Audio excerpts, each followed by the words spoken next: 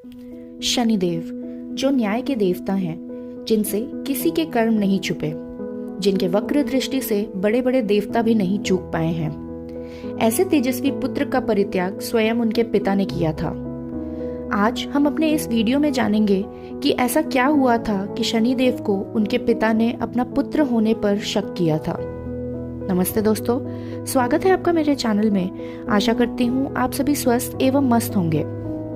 सूर्यदेव जो माता अदिति और महर्षि कश्यप के पुत्र हैं, तेजस्वी, अपने रौद्र रूप, चमक और तेज के लिए जाने जाते हैं।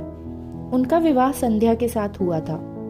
संध्या उनके तेज को सहन नहीं कर पाती थी, इसलिए उन्होंने अपने प्रतिरूप छाया को अपनी जगह सूर्यदेव के पास भेजा और वे खुद तपस्या में लीन हो गईं। सूर्यदेव छाया को संध्या समझ उनके साथ वैवाहिक संबंध में बंधे, जिसके बाद छाया गर्भवती हुई। जब संध्या को यह बात पता लगी तो वह छाया के पास आई और उनसे कहा कि अब तुम यहाँ से चली जाओ और उनका समय अब समाप्त हो चुका है। जिस पर छाया ने कहा, हे देवी, मैं इस हाल में कहाँ जाऊंगी। जिस पर संध्या ने कहा, तुम अब मेरे स्वामी के पास से कहीं दूर चली जाओ। जिसके बाद वह एक वन में जा शिव जी की घोर तपस्या करने लगी। अब छाया, जो कि संध्या की ही परछाई थी, परछाई का स्वभाव ही होता है काला होना। अब क्योंकि छाया काली थी, इसलिए उनके गर्भ में पलने वाला बच्चा भी काले रंग का था। जब छाया ने अपने बच्चे को जन्म दिया, तब वह उसे लेकर सूर्यदेव के पास गई और उन्हें बताया कि हे प्रभु, ये आपका पुत्र है। जब सूर्यदेव ने उस बच्चे को देखा तो तुरंत छाया से कहा, ये मेरा पुत्र हो ही नहीं सकता। मैं जो तेज और रोशनी से भरपूर हूँ, मेरा पुत्र इतना काला कैसे हो सकता है। यदि यह मेरा पुत्र होता तो इसमें मेरे जैसा तेज होता। यह सब सुन छाया के आंखों से आंसू आ गए, जो उस बच्चे के पैरों पे जा गिरे।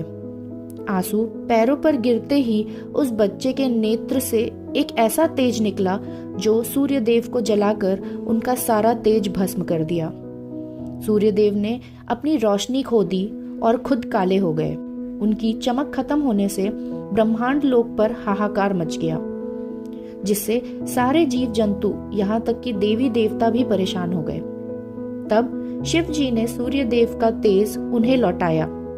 उसके बाद सूर्यदेव को अपने पुत्र की शक्तियों का आभास हुआ और वह उनसे क्षमा मांग उन्हें अपना लिए। वह पुत्र ही थे शनिदेव। शनिदेव को शिव जी ने तेजस्वी होने का वरदान दिया और तो और न्याय और कर्मों का हिसाब रखने की जिम्मेदारी भी उन्हें सौंपी और उन्हें ग्रहों में सर्वश्रेष्ठ ग्रह होने का वरदान भी दिया।